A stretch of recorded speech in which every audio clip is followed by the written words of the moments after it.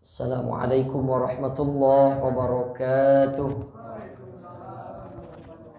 Mari kita baca Al-Fatihah untuk Imam An-Nawawi yang kitabnya kita kaji, juga untuk buat kita semua, untuk orang tua kita, untuk keluarga kita, untuk para DKM dan donatur Masjid Al-Barakah. Mudah-mudahan kita semua diberkahi oleh Allah. Al-Fatihah. A'udzubillahi minasyaitonirrajim. Bismillahirrahmanirrahim. Alhamdulillahi rabbil alamin, arrahmanir rahim, maliki yaumiddin. Iyyaka na'budu wa iyyaka nasta'in. Ihdinas siratal mustaqim, siratal ladzina an'amta 'alaihim ghairil maghdubi 'alaihim waladdallin. Amin. Bismillahirrahmanirrahim. Alhamdulillahil hadi liman yasha'u bi fadlihi, al-mudillu liman yasha'u bi 'adlihi. Salatu wassalamu ala man la nabiyya min ba'di sayyidina Muhammadi wa ala alihi wa sahbihi, amma ba'du. Fayaqulullahu ta'ala fi kitabihil aziz. A'udzu billahi minasyaitonir rajim. Bismillahirrahmanirrahim. Subhanaka la ilma lana illa ma 'allamtana innaka antal alimul hakim. Bapak Ibu yang dimuliakan oleh Allah, kita masuk pada hadis yang ke-37 dari kitab Arba'in An-Nawawi halaman 523. An Ibni Abbas radhiyallahu anhuma, dari Ibnu Abbas, ya mudah-mudahan Allah meridhoinya, an Rasulillah sallallahu alaihi wasallam, dari Rasulullah sallallahu alaihi wasallam, fima yarwihi an rabbih tabaraka wa taala, dari Rasulullah sallallahu alaihi wasallam sebagaimana diriwayatkan dari Rabbnya, yaitu dari Allah yang maha suci dan maha tinggi. Innallaha katabal hasanati was sayyiat, sesungguhnya Allah telah menetapkan kebaikan dan keburukan. Thumma bayyana dzalika, kemudian Allah memberikan penjelasan terhadap itu. Faman hamma bihasanatin falam ya'malha katabahallahu 'indahu hasanatan kamilatan. Barang siapa yang dia bertekad untuk melakukan atau ingin melakukan sebuah kebaikan, kemudian dia tidak mengamalkannya, katabahallahu 'indahu hasanatan kamilatan, Allah mencatat satu kebaikan yang sempurna. Wa in hamma biha fa'amilaha katabahallahu 'indahu 'asyra hasanatin ila sab'i mi'atin dhi'fin ila ad'afin katsiratin. Dan barang siapa yang dia ingin melakukan suatu kebaikan dan dia tunaikan kebaikan itu, maka dia mendapatkan 10 kebaikan sampai 700 kebaikan, bahkan bisa lebih daripada itu. Allah lipat gandakan sampai 700 kali lipat, bahkan lebih banyak daripada itu. Wa in hamma bisayyi'atin falam ya'malha katabahallahu 'indahu hasanatan kamilatan. Siapa yang dia ingin berniat melaksanakan keburukan tetapi dia gugurkan keburukan itu, maka dia Allah catat sebagai satu kebaikan karena dia telah menggugurkan niatnya untuk berbuat kejahatan. Wa in hamma biha fa'amilaha katabahallahu sayyi'atan wahidah. Dan siapa yang bertekad melakukan keburukan lalu dia tunaikan keburukan itu, maka Allah catat sebagai satu keburukan. Bapak Ibu yang dimuliakan oleh Allah, jadi dalam akidah Ahlus Sunnah wal Jamaah itu Allah telah menetapkan kebaikan dan keburukan. Jadi kalau ada pertanyaan, apakah Allah menciptakan perbuatan yang buruk juga? Jawabannya iya. Allah menciptakan perbuatan yang baik dan Allah juga menciptakan perbuatan yang buruk. Tapi dalam hadis ini summa bayyana dzalik, tapi Allah juga memberikan penjelasan mana perbuatan baik, mana perbuatan buruk, mana yang boleh dilakukan dan mana yang tidak boleh dilakukan. Ini jadi kalau ada perkataan bukannya perbuatan buruk itu Allah tidak suka, betul Allah tidak suka. Tapi Allah ciptakan juga perbuatan yang baik, perbuatan yang buruk itu sebagai ujian bagi manusia. Jadi kalau ada anak ulangan, ada mahasiswa ulangan, kenaikan kelas, kenaikan semester, itu ada soal, kadang pilihan gandanya ada A, B, C, dan D tuh. Itu yang 3 jawabannya salah, tapi yang 1 itu benar tuh. Itu bukan karena si dosen ini tidak tahu, bukan karena guru ini menghendaki keburukan kepada siswanya, tidak. Tapi diberikan jawaban-jawaban yang salah. Ada 1 jawaban yang benar, itu sebagai sebuah ujian. Tapi sebelum ujian itu kan dikasih dulu pelajarannya nanti apa, yang akan diujikan apa, bagaimana jawaban yang benar. Nah maka Allah ciptakan perbuatan yang baik, Allah ciptakan juga perbuatan yang buruk. Bukan Allah menghendaki kita berbuat buruk, tetapi itu sebagai sebuah ujian supaya kita bisa membedakan mana yang hak dan mana yang batil. Karena nanti akan datang suatu zaman, akan datang suatu masa di mana kebatilan itu terlihat seperti sebuah kebenaran dan kebenaran ini akan dianggap batil. Maka kita senantiasa berdoa dalam doa kita, Allahumma hdinas siratal mustaqim, atau ihdinas siratal mustaqim, tunjukkan ya Allah kepada kami jalan yang lurus. Allahumma arinal haqqa haqqa warzuqna tiba'ah wa arinal batila batila warzuqna ijtinabah. Ya Allah, berikan kepada kami petunjuk yang benar, tunjukkan yang benar, dan bantulah supaya kami mampu menunaikan kebenaran itu. Dan tunjukkanlah kepada kami mana-mana yang buruk, mana yang tercela, dan bantulah kami supaya kami mampu menghindari perbuatan-perbuatan yang tercela. Jadi Allah menciptakan perbuatan baik dan buruk, itu yang buruknya sebagai sebuah ujian. Itu sama Pak, ketika Nabi Allah Yusuf itu, ini kan ada kaitannya dengan kurban juga tuh. Ini kalau kita lihat perjalanan kisah-kisah para nabi dan rasul itu selalu yang diwasiatkan tentang iman dan takwa. Itu ketika Nabi Yusuf dibuang sama saudaranya. Berpisahlah Nabi Yusuf dengan sang ayah namanya Nabi Yakub. Itu Nabi Yakub menangisi Nabi Yusuf sampai buta kedua matanya. Lama tidak berjumpa, berjumpalah Nabi Yusuf dengan Nabi Yakub. Jadi ketika Nabi Yusuf dibuang, berpisah dengan ayahnya Nabi Yakub, itu Nabi Yakub dalam riwayat menangisi anaknya yang bernama Nabi Yusuf sampai buta kedua matanya. Dengan izin Allah setelah sekian lama tidak berjumpa, bertemulah Nabi Yusuf dengan Nabi Yakub. Bertanya Nabi Yusuf sebagai seorang anak kepada ayah, "Wahai ayah, engkau ini seorang nabi, tapi mengapa engkau menangisi kepergianku hingga buta kedua matamu? Padahal nanti kita tidak bisa berjumpa di dunia, tapi bisa berjumpa di akhirat." Lalu jawaban Nabi Yakub, "Wahai Yusuf anakku, yang aku tangisi itu bukan kehilanganmu. Yang aku tangisi bukan ketidaktahuanku kemana engkau pergi. Tetapi yang aku tangisi adalah kekhawatiranku. Aku khawatir ketika engkau jauh dariku, engkau tidak lagi menyembah kepada Allah, justru engkau menyembah kepada selain Allah." Itu kekhawatiran Nabi Yakub. Karena kalau kita beda akidah dengan orang tua kita, na'udzubillah berbeda akidah dengan anak, na'udzubillah anak kita menjadi murtad, itu kita di akhirat tidak akan bisa berjumpa untuk selama-lamanya. Di dalam hadis ini dijelaskan nih, ada fiqhul hadis, penjelasan hadisnya. Jadi kalau perbuatan baik, Allah balas dengan 10 kebaikan. Man jaa'a bil hasanati falahu asyru amsalihah. Tapi untuk sedekah, untuk zakat, untuk infak, ini ayatnya beda. Mathalul ladzina yunfiquna amwalahum fi sabilillah, halaman 525. Kamathali habbatin ambatat sab'a sanabila fi kulli sumbulatin mi'atu habbah. Allah balas seperti orang yang menginfakkan hartanya di jalan Allah, seperti dia menanam satu butir tuh. Satu butir tumbuh lagi 7 butir tuh, 7 tangkai. Dari 7 tangkai ini tumbuh lagi 100 biji. Nah, jadi urusan zakat, infak, sodako itu Allah lipat gandakan dengan yang begitu banyak. Kemudian yang kedua ini perbuatan yang buruk.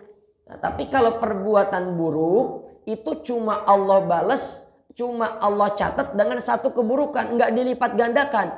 Cuma nanti bobotnya beda-beda. Nah, ini dijelaskan dalam halaman 526, ada maksiat yang dilakukan berkaitan dengan kemuliaan waktu. Kalau maksiat itu dilakukan pada waktu-waktu yang mulia, contohnya pada hari Jumat, malam Jumat, pada awal Zulhijjah ini nih. Apalagi nih masuk pada hari Tarwiyah. Kalau yang lebarannya hari Rebo ini udah Arafah nih. Tapi kalau yang lebarannya hari Kamis, puasa Arafahnya, sunnah Arafahnya besok. Nah, itu kalau dia bermaksiat pada bulan-bulan haram atau bulan-bulan yang mulia yang berkaitan dengan waktu-waktu yang mulia, dosanya mah tetap satu tapi bobotnya lebih gede. Dosanya tetap satu, cuma bobotnya, bebannya lebih gede. Jadi Allah itu maha adil. Kenapa tiap kebaikan Allah balas dengan 10 kebaikan, tapi satu kebaikan cukup ditulis, satu keburukan cukup ditulis dengan satu keburukan. Inilah kemurahannya umatnya Rasulullah Sallallahu Alaihi Wasallam, keindahannya umat Rasulullah Sallallahu Alaihi Wasallam, kemuliaan umatnya Rasulullah Sallallahu Alaihi Wasallam. Karena umat-umat terdahulu itu umurnya panjang, amal ibadahnya juga panjang, maka kita dengan amalan yang singkat ini itu bisa menandingi amal ibadah umur nabi-nabi terdahulu yang umurnya ratusan bahkan ribuan tahun.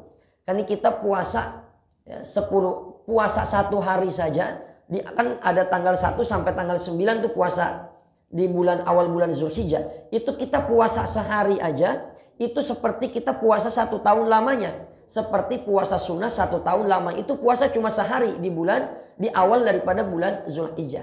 Kalau kita besok puasa Arafah, puasa Arafah itu besok dapat menggugurkan 1 noda dan dosa kita 1 tahun yang lalu dan 1 noda dosa kita 1 tahun yang akan datang. Yang dihapuskan itu noda dan dosa kita yang kecil-kecil. Itu kemuliaan dengan waktu. Ada orang yang bermaksiat itu berkaitannya dengan tempat, kan? Kita berbuat maksiat di pasar sama di masjid, ya, itu bobot dosanya lebih gede ketika kita berbuat dosa di masjid. Sebab apa? Sebab masjid itu tempat yang mulia. Maka kata Umar bin Khattab gini, aku lebih baik melakukan 70 kesalahan di luar kota Mekah daripada aku 1 kesalahan yang aku lakukan di kota Mekah. Kenapa? Karena bobotnya lebih besar. Karena itu berkaitan dengan tempat. Kemudian ada yang berkaitan dengan pelaku nih. Nah, ada yang berkaitan dengan pelaku. Kalau orang awam, orang-orang yang tidak berilmu, dia melakukan maksiat, itu dosanya masih kalah besar dengan orang alim, orang berilmu yang melakukan maksiat. Orang tidak berilmu berzina, orang berilmu berzina. Ini dosanya bobotnya lebih gede orang yang berilmu dan dia melakukan zina. Apa sebabnya? Karena dia tahu ilmunya. Dia tahu ilmunya, karena dia tahu ilmunya, maka ini bobot dosanya lebih besar. Nah, maka ya kita ini kan tidak ada yang sempurna, Pak. Ya, kita ini tidak ada yang sempurna, tidak ada kita ini yang terlepas daripada noda dan dosa. Itu dalam kitabnya Imam Al-Haddad, Pak. Dalam Nasaihud Diniyah itu dikatakan, Pak, kalau kita melakukan suatu kebaikan, jangan mundur hanya karena perkataan atau caci maki manusia. Sesuatu yang kita niatkan karena Allah, jangan mundur disebabkan karena caci maki manusia. Barangkali ada orang mengatakan, ente ngajinya doang rajin, tapi ente tetap aja berbuat dosa. Justru kita ngaji ini kita sadar karena kita banyak dosa. Ente gayanya doang ngaji kayak orang soleh padahal kelakuan belum tentu. Itu jangan mundur dengan kata-kata yang begitu. Sebab apa? Kita ngaji di sini karena kita sadar betul kita belum jadi orang soleh. Maka kata guru kami, engkau berjalan dalam pincangmu itu lebih baik daripada engkau tidak berjalan. Engkau berjuang dengan ketidaksempurnaanmu itu lebih baik daripada engkau tidak berjuang. Ya, jadi kalau ada orang nulis postingan-postingan kebaikan, itu di hati kita jangan merasa ini orang sok soleh banget. Jangan. Karena apa? Bisa jadi orang itu nulis postingan-postingan kebaikan bukan karena dia itu orang baik, tapi dia sedang menasehati dirinya sendiri. Jadi kalau kita tersinggung sama postingan orang, itu bukan karena postingan orang itu salah. Barangkali emang hati kitanya yang salah. Ya. Dokter ngobatin kita, itu terasa sakit ketika kita diobatin. Kenapa? Karena ada penyakit. Sama ketika kita tersinggung sama postingan kebaikan orang, barangkali di hati kita ada penyakit, jadi kita ngerasa tersinggung dengan postingan-postingan orang. Maka saya sampaikan itu kepada kawan-kawan saya, kalau memang kita tidak bisa berbuat baik, kalau kita tidak bisa banyak berbuat kebaikan, minimal kita posting kebaikan lah. Kita jadikan status. Dan ketika ada orang bikin status kebaikan, itu bukan karena dia sok soleh. Bukan karena dia udah sok paling bertakwa. Bukan. Dia sedang menasehati dirinya sendiri. Sama ketika saya mengajar di situ, bukan karena saya merasa sok soleh, sok baik. Bukan. Tapi pada hakikatnya saya sedang menasehati diri saya pribadi. Nah, kemudian, ini sudah jam berapa? Sebentar lagi. Masih lama, Pak ya. Iya. Ya. Ini lanjut ya. Saya bahasnya nanti dulu nih, saya percepat dulu tentang kurban dulu nih. Ini tentang kurban, ini bisa kita lanjutkan Selasa depan tentang hadis tadi. Ini ada kurban, Pak. Jadi kurban itu, sebetulnya kurban itu juga dikenal dengan hari udhiyah, hari penyembelihan hewan kurban tuh. Kenapa disebut udhiyah? Karena itu hari penyembelihan. Diawali dengan hari tarwiyah. Itu tarwiyah itu ketika Nabi Ibrahim bermimpi dan masih ragu-ragu. Apakah ini mimpinya datang dari Allah atau dari setan? Itu Nabi Ibrahim masih ragu-ragu. Kemudian besoknya lagi Nabi Ibrahim bermimpi. Ini sudah mulai agak yakin. Makanya disebut dengan hari Arafah. Ya, sudah mengenal, sudah mulai yakin. Nah, pada berikutnya mimpi lagi.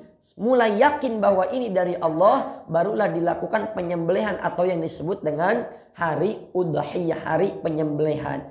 Maka kurban itu secara bahasa itu bisa berarti mendekatkan diri kepada Allah. Diharapkan ketika kita selesai berkurban semakin dekat hubungan kita dengan Allah. Kurban juga, kata kurban itu kata seorang ulama tuh, itu bisa juga berarti menghanyutkan. Itu bisa berarti menghanyutkan. Apa yang dihanyutkan? Yang dihanyutkan itu apa-apa yang kita cintai. Itu kita korbankan, kita hanyutkan untuk mendapat yang lebih baik. Maka begini. Ada kalanya Allah menyuruh kita untuk mengkorbankan apa-apa yang kita cintai. Apa-apa yang kita senangi. Itu Allah perintahkan untuk mengkorbankan itu. Untuk apa? Supaya kita mendapatkan yang lebih baik lagi. Jadi ada kalanya Allah memerintahkan kepada kita untuk mengorbankan apa-apa yang kita cintai untuk mendapatkan yang lebih baik daripada apa yang kita kurbankan. Itu dalam ayat dikatakan, Pak, ketika Fir'aun merasa terancam karena dikabarkan oleh ahli tafsir mimpi nanti akan datang seorang laki-laki yang akan menghancurkan kekuasaanmu. Maka setiap bayi yang baru lahir itu, kalau yang lahir laki-laki harus dibunuh. Itu Allah perintahkan kepada ibunya Nabi Musa untuk menghanyutkan Nabi Musa di sungai Nil. Berat rasanya, sedih rasanya, tapi mau tidak mau ini perintah Allah harus dihanyutkan Nabi Musa. Akhirnya dihanyutkan juga. Demi apa? Demi diselamatkannya Nabi Musa dengan cara Allah. Seandainya pada saat itu Nabi Musa tidak dihanyutkan, itu pasti dibunuh oleh pasukan Fir'aun. Setiap satu ibu yang melahirkan itu dikawal oleh 70 daripada utusan-utusan Fir'aun. Itu saking sadisnya Fir'aun. Jadi ada kalanya kita mengorbankan apa yang kita cintai untuk mendapatkan yang lebih baik. Ada kalanya kita menghanyutkan apa yang kita suka untuk mendapatkan yang lebih baik lagi. Ya, maka ada saatnya juga Pak, kita lepas anak-anak kita ke pondok pesantren. Kita berpisah dengan anak-anak kita ke pondok pesantren. Itu untuk apa? Untuk mendapatkan sesuatu yang lebih baik daripada itu. Nah, jadi kurban itu disebut juga dengan udhiyah. Nah, hewan apa yang bisa dikurbankan? Yaitu binatang an'am seperti sapi, kerbau, kambing, unta, domba. Nah, itu kalau unta itu umurnya sudah 5 tahun akan memasuki ke 6 tahun. Udah 5 tahun lewat. Itu kalau usianya unta tuh. Ya, kalau lembu, kambing itu 2 tahun mau memasuki usia 3 tahun. Kalau domba itu memasuki tahun kedua. Artinya kalau domba itu usia 1 tahun ke atas itu sudah boleh untuk dijadikan binatang kurban. Ini yang afdol hewannya laki-laki apa perempuan. Apa betina, jantan atau betina. Kalau bicara afdol memang afdolnya yang jantan. Kalau bicara afdolnya tuh. Sebab apa? Karena yang jantan itu kata ulama itu lebih segar. Lebih afdol yang jantan juga. Sebab kalau kebanyakan yang disembelih yang betina. Karena khawatir betina ini kan nanti akan melahirkan bibit-bibit. Ya, anak-anaknya, induk-induknya, anak-anaknya tuh. Nah, jadi yang lebih afdol itu laki-laki. Meskipun yang betina juga sah. Jadi ini kalau bicara afdol, bukan bicara sah atau tidak sah. Berkurban atau akikah baik dengan hewan yang jantan maupun yang betina juga sah hukumnya. Ya, jadi jangan ribut nih yang betina apa yang jantan. Jangan, kalau ada kambing yang bencong juga boleh Pak. Ya boleh. Jadi jangan ribut jantan atau betina. Ini masalah afdolnya saja. Ya, ini lebih afdol mana? Lebih afdol 1 sapi untuk 7 orang. Atau 7 orang ini 7 kambing. Ini afdol dilihat dari paling banyak dagingnya. Kalau ada orang 7 yang mau berkurban. Ini lebih baik 7 kambing apa 1 sapi untuk 7 orang. Itu afdolnya itu cari yang mana yang lebih banyak dagingnya. Karena kurban tuh levelnya beda-beda Pak. Levelnya Nabi Ibrahim gak tertandingi. Ratusan unta, ratusan lembu, ratusan domba. Itu disembelih oleh Nabi Ibrahim. Jadi sebetulnya begini. Kurban 1 sapi 7 orang itu bukan 1 sapi 7 orang. Kurban itu level pertamanya satu sapi untuk satu orang. Ini level tingginya nih. Satu orang satu sapi. Jadi satu sapi 7 orang itu bukan satu sapi buat 7 orang. Satu sapi bisa untuk 7 orang. Afdolnya lebih hebatnya satu sapi satu orang. Begitu. Ya, cuma boleh satu sapi untuk 7 orang. Tapi kalau mau yang kelasnya tinggi tadi satu sapi satu orang begitu. Ya.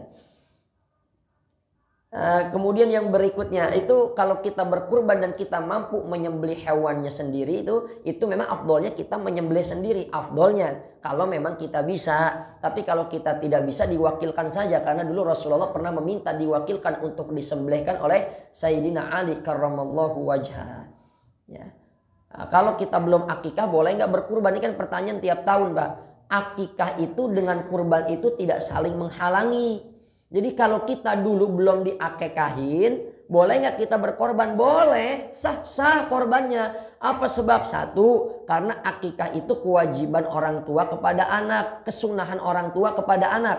Akikah itu kesunahan orang tua kepada anak. Yang kedua, kita ini kalau belum diakekahin itu udah lewat waktunya. Karena apa? Imam Syafi'i itu mengambil dalil hukum bahwa akikah itu batasnya sampai sebelum anak itu akil baligh. Kalau bahkan Imam Ahmad bin Hambal akikah itu cuma dianjurkan sampai hari ke-7. Selebihnya sudah tidak dianjurkan lagi. Jadi kalau kita dulu belum diakikahin nih udah waya gini kita punya duit nih. Itu punya duitnya cuma buat beli 1 ekor kambing. Ini gimana? Akikah dulu atau kurban dulu? Karena kita udah mau deket-deket hari kurban maka pilihnya kurban. Tapi dulu belum diakikah bagaimana? Tetap kurbannya sah. Karena belum diakikah tidak menjadi penghalang sahnya kurban. Nanti kita punya rezeki lagi, punya uang baru kita beli buat akikah. Kalau cuma punya satu-satunya, emang punya duit segitu-gitunya, punya kambing nih. Kambingnya udah mau deket Idul Adha, berarti pakainya korban. Kecuali kalau nanyanya dari bulan kemarin, misal saya punya duit nih, pilih akikah apa korban nanti, maka pilihnya akikah. Kenapa? Karena masih jauh waktunya.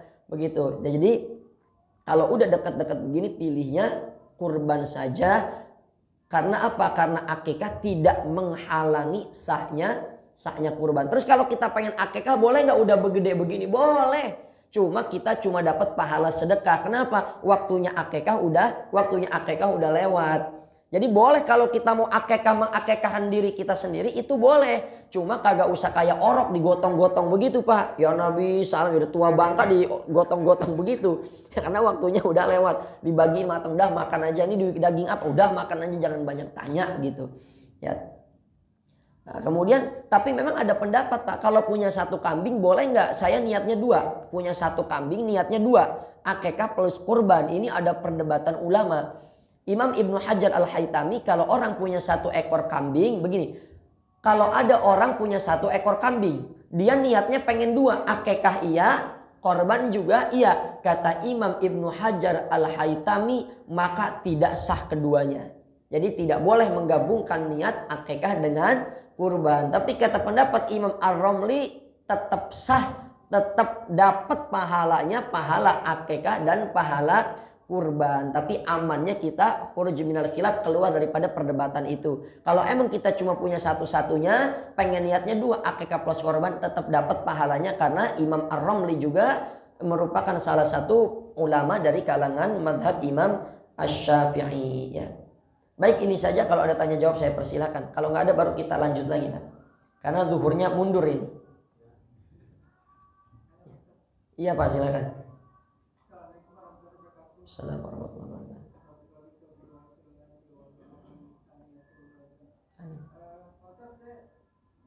Tadi mengenai chat yang orang kita bilang sok tahu segala macam gitu. Saya ada pertanyaan misalnya saya nanya ke Pak Ustadz, cuma beda pendapat sedikit doang. Ustadznya malah ngancem kalau kita ketemu di akhirat ya, tapi berlainan sisi gitu. Jadi dia menganggap dia itu akan masuk surga dan saya itu di sisi yang lain gitu. Berarti cuma sifat astagfirullah gitu loh.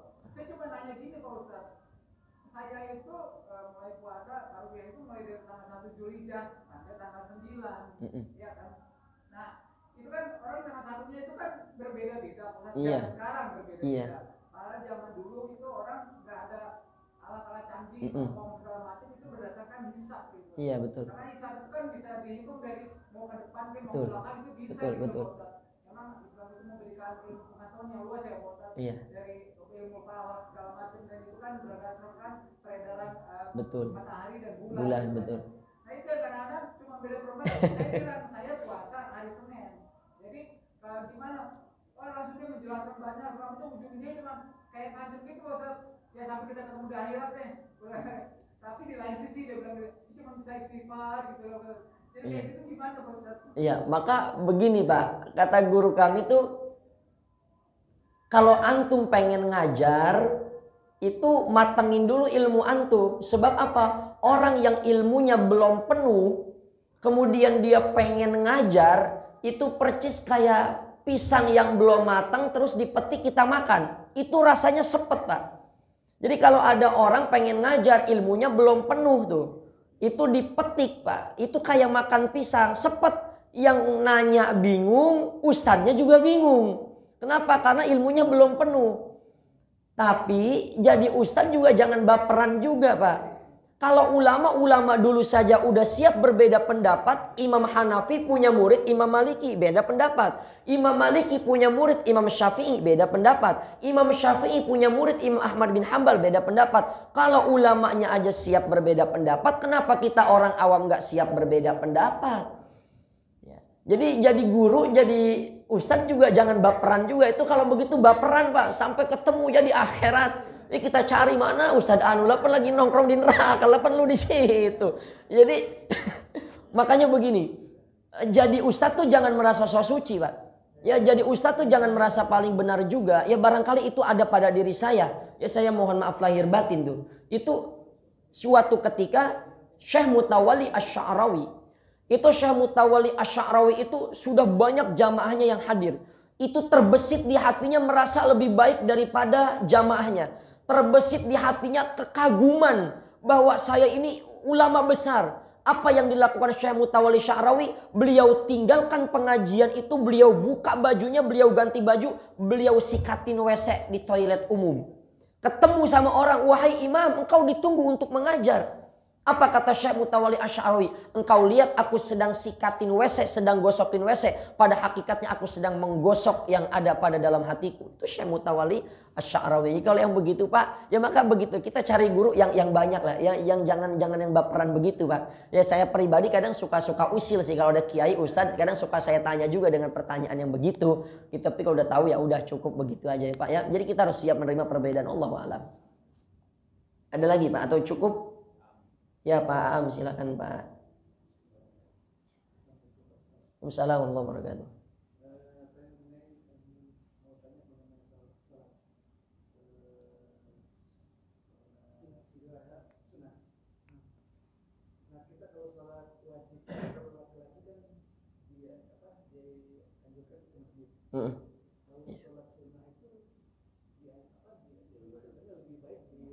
Iya betul.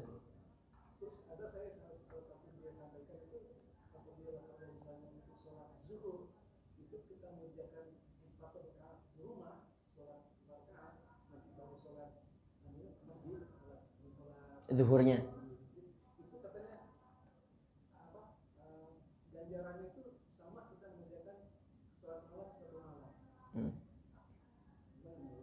Ya baik. Iya. Memang begini.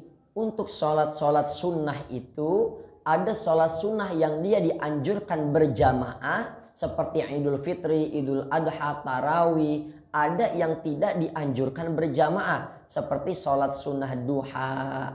Ya itu tidak dianjurkan berjamaah. Tapi kalau ada yang berjamaah sebagai pelatihan supaya anak-anak sekolah biasanya terbiasa sholat duha itu diperbolehkan dan hukumnya mubah, nggak makruh.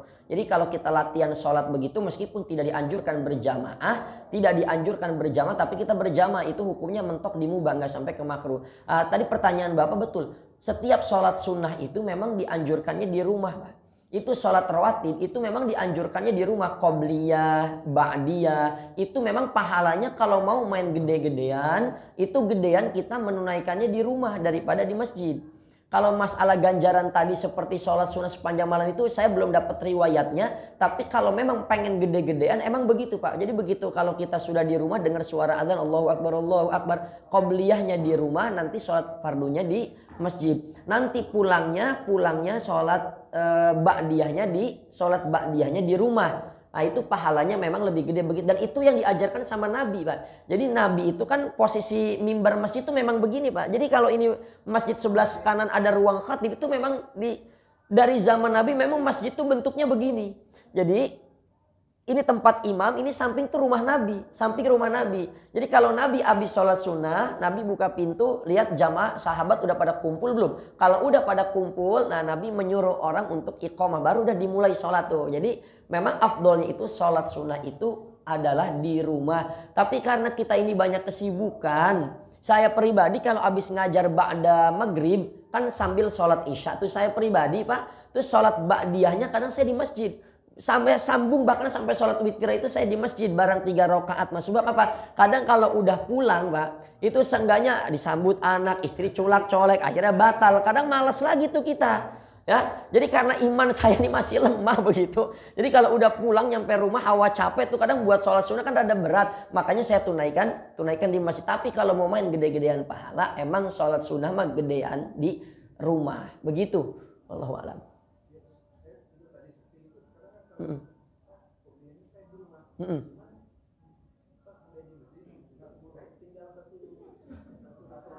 Oh gitu. Telat. Oh ya.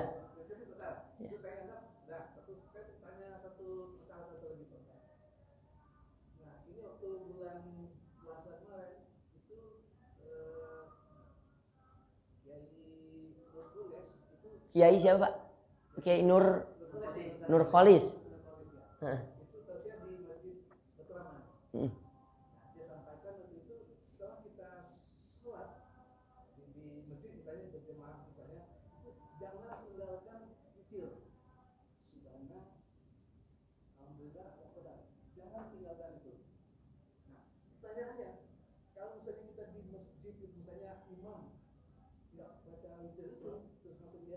Wirid ya.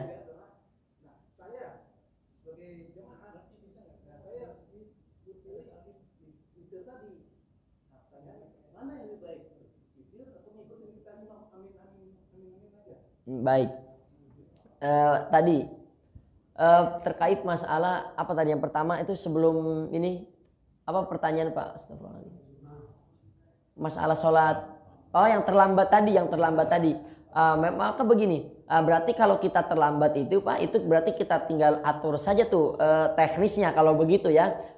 Gini, berjamaah sampai sempurna itu memang itu pahalanya sangat besar sekali kita ya, sangat sempurna sekali. Tapi kalau kita terlambat kayak begitu udah langsung aja kita ikut jamaah. Boleh tadi Bapak qobliyah di rumah tapi nyampe sini terlambat, berarti itu tinggal kita atur waktunya. Maka kata Nabi kalau kita terlambat untuk datang sholat berjamaah tepat waktu, kata Nabi as-sakinah, jangan lari, jangan buru-buru, tenang. Ya, kalau kita terlambat nih sholat udah dimulai itu kita jangan lari. Wah gua ketinggal jamaah, jangan lari kata Nabi. As-sakinah, tenang aja, udah tenang, nggak usah lari. Supaya kita nggak lari gimana? Datangnya lebih awal. Begitu ya, Nabi tuh bagus sekali akhlak as-sakinah, tenang, jangan lari. Kalau kita wirid, kalau kita zikir itu memang zikir berjamaah itu lebih dianjurkan, doa berjamaah itu juga lebih dianjurkan. Jadi kalau saya pribadi Pak, kalau ada imam mimpin zikir, mimpin wirid, meskipun versinya beda dengan saya, itu kita ikutin dulu. Kalau nanti kita punya wiridan yang berbeda, baru dan nanti setelah doa berjamaah, setelah wirid berjamaah. Kenapa? Karena makom daripada wirid atau zikir berjamaah, makom ijabahnya lebih tinggi. Barangkali kalau kita wiridnya sendiri itu lama dikabulinnya. Kalau kita doanya sendiri lama dikabulinnya. Tapi kalau kita berdoa bareng sama imam, doanya berjamaah, itu kita nggak tahu nih dari mulut siapa yang mengeluarkan amin dan itu diijabah oleh Allah. Jadi kalau mau kita ikutin dulu wiridnya itu berjamaah, kita punya wiridan tersendiri, silakan kita lakukan setelah wirid berjamaah. Makanya kalau bicara adab, bicara akhlak sebetulnya Kalau orang yang nggak ada hajat, nggak ada keperluan penting, Pak, itu songong. Kalau imam lagi astagfirullahaladzim, alladzi la ilaha illallahul hayyul qayyum, itu dia langsung berdiri sholat sunnah. Itu kalau secara adab tuh songong sebetulnya tuh. Nah orang kita lagi pada wirid, dia di sana udah mencar buat sholat sunnah. Itu tapi kalau ada yang begitu barangkali dia memang karena waktunya mepet, ya kita harus baik sangka juga. Barangkali karena memang waktunya singkat, dia belum makan siang atau dia capek segala macam begitu. Tapi kalau kita tidak ada kelonggaran waktu ya jangan begitu. Jadi wirid dulu berjamaah, doa berjamaah, nanti kita punya wiridan baru kita wirid sendiri begitu. Kalau bicara apa tadi wirid subhanallah walhamdulillah wala ilaha illallah akbar, memang dalam kitab Ihya Ulumuddin karya Imam Al-Ghazali, orang ba'da sholat itu orang dia baca subhanallah 33 kali, alhamdulillah 33 kali, Allahu akbar 33 kali, itu Allah ampuni segala noda dan dosanya meskipun sebanyak buih yang ada di lautan.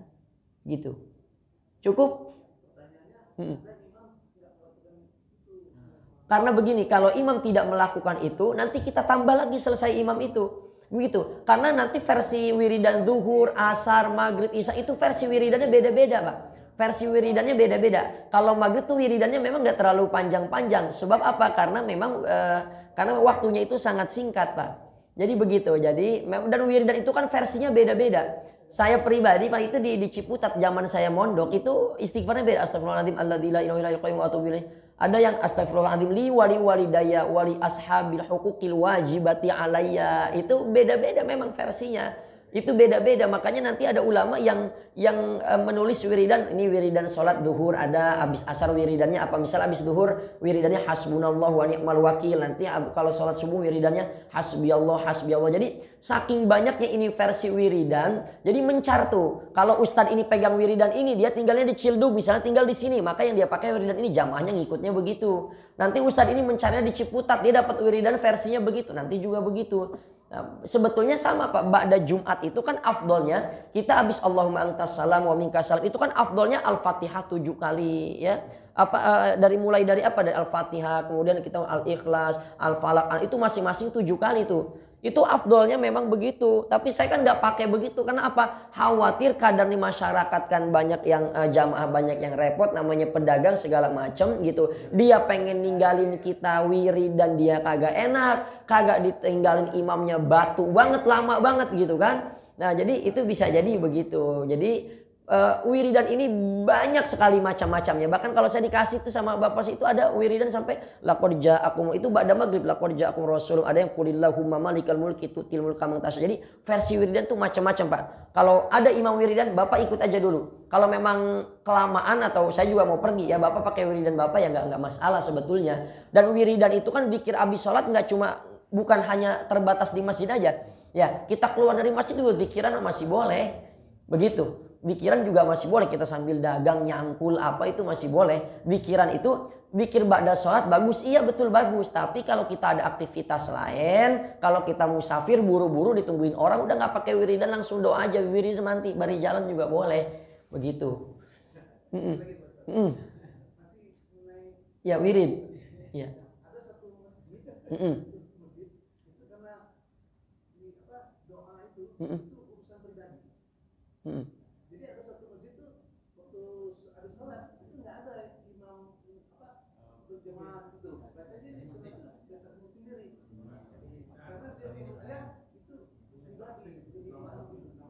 Dia baca doa, tapi doanya yang artinya tuh buat diri sendiri. Oh, jadi imamnya diam aja gitu. Oh, ini memang begini. Itu yang memperdebatkan zikir bareng ba'da sholat, dia mengambil dalilnya begini. Berzikirlah dan berdoalah engkau tadarru'an wa khufyah, dengan suara rendah dan dengan lemah lembut. Ini yang mengambil dalil abis sholat itu nggak ada zikir bareng. Ya itu yang mengambil. Kata ulama satu dijawab, Nabi kenapa dulu awal sholat nggak zikir bareng? Nabi abis sholat nggak zikir bareng karena saat itu umat Islam masih sedikit. Jadi kalau nanti zikir bareng ketahuan di masjid itu ada orang jumlah Islam masih sedikit, itu bisa sangat terancam sekali. Tapi ketika posisi umat Islam sudah banyak, nah itu diajarkan wirid bareng, itu zikir bareng, itu begitu. Nah, jadi memang doa itu ya wajib, dianjurkannya itu adalah berjamaah. doa itu sangat dianjurkan untuk berjamaah karena apa? Makom ijabahnya lebih tinggi. Meskipun nanti ada perbedaan pendapat di situ. Ada yang mengatakan enggak, Nabi nggak pernah ngajarin. Nah, ada yang mengatakan begitu. Kalau saya pribadi megang dalil zikir berjamaah itu sangat dianjurkan ba'da sholat. Sekarang gini, loh kita habis sholat aja ngobrol itu boleh kok. Masa habis sholat zikir berjamaah nggak boleh? Ya kan? Habis sholat katanya nggak boleh salaman. Lo emang kenapa? Habis sholat, habis zikir aja tadi saya megang HP nggak ada yang larang kok. Masa salaman yang mengandung pahala nggak boleh? Kan gitu. Ya, justru ada fungsinya juga ketika kita zikir berjamaah, ketika kita zikir bareng, itu ketika kita zikir bareng yang belum hafal jadi hafal. Anak-anak tuh Pak, itu kadang nggak pakai ngapalin. Kadang karena dia sering dengar itu lama-lama jadi hafal. Ustaz, tapi kan nanti habis kita sholat kita zikir bareng, gimana kalau ada yang terlambat? Dia merasa terganggu. Ya, dia merasa terganggu atau tidak khusyuk. Khusyuk itu bukan di kuping, bukan di mata. Khusyuk itu di hati, Pak.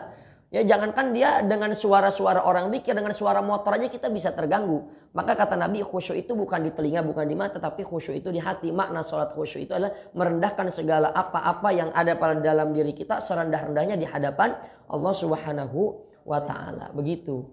Ya, kalau dia nggak pengen terganggu di goa nanti sholatnya. Ya karena kita di mana aja sholat, Nabi aja dengar kok suara Anda anak kecil lagi sholat itu.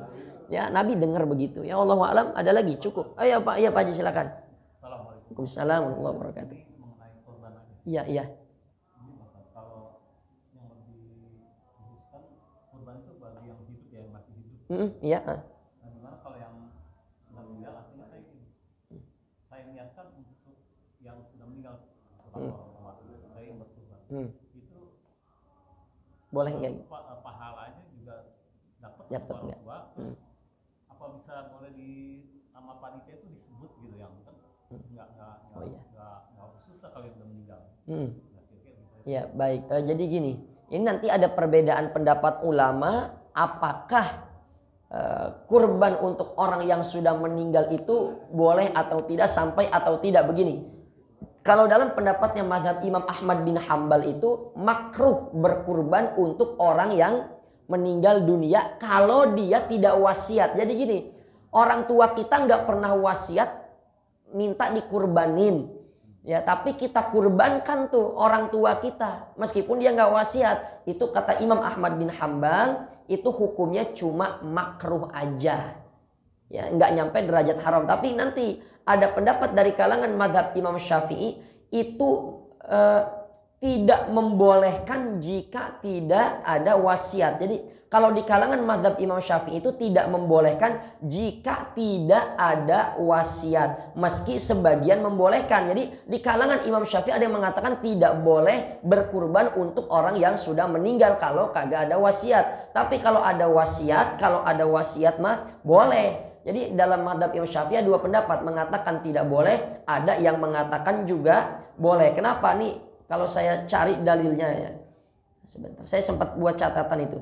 Li'annaha dharbun min shadaqati wa shadaqatu tasihu 'anil mayyit wa tanfa'uhu wa tasilu ilaihi bil ijma'. Berkurban untuk yang sudah meninggal dunia menurut Imam Abu Hasan Al-Ubadi boleh secara mutlak. Sebab apa? Itu bagian daripada sedekah dan sedekah itu bermanfaat untuk mayit berdasarkan ijma. Jadi kalau kalangan Imam Ahmad bin Hambal itu makruh kalau nggak ada wasiat. Kalau dia wasiat mah boleh.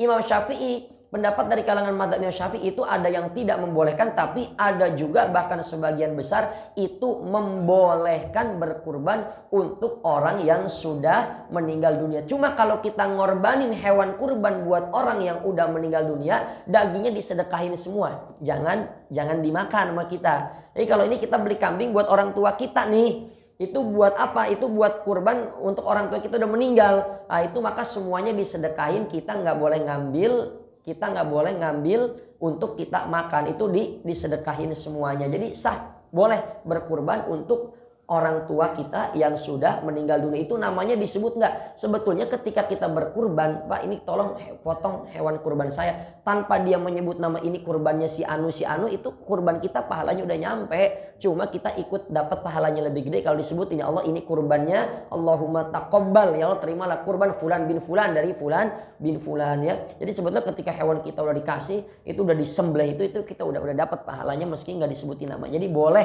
dan sah Hukumnya kita berkurban untuk orang tua kita yang sudah meninggal dunia. Iya. Maaf, berarti satu lagi. Iya.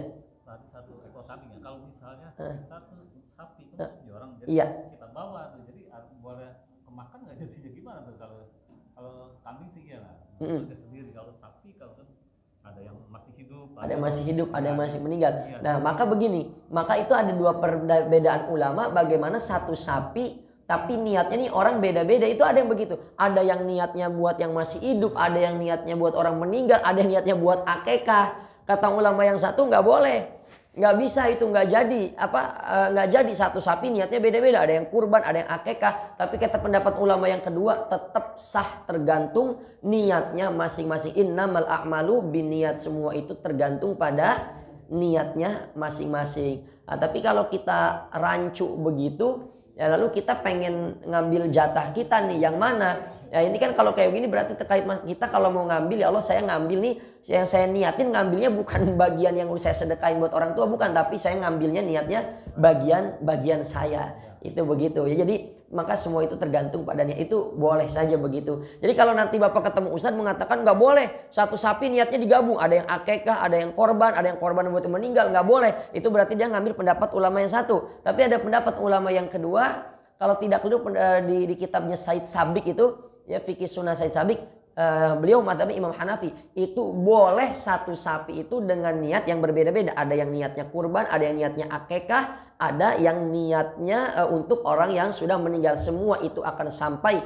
tergantung pada niatnya masing-masing. Begitu Pak Haji ya, wallahu a'lam. Cukup kali ya. Ini udah lewat ya, jam 1:10. Saya mohon maaf kalau kelamaan karena memang bahasnya kepanjangan saya. Wassalamualaikum warahmatullahi wabarakatuh.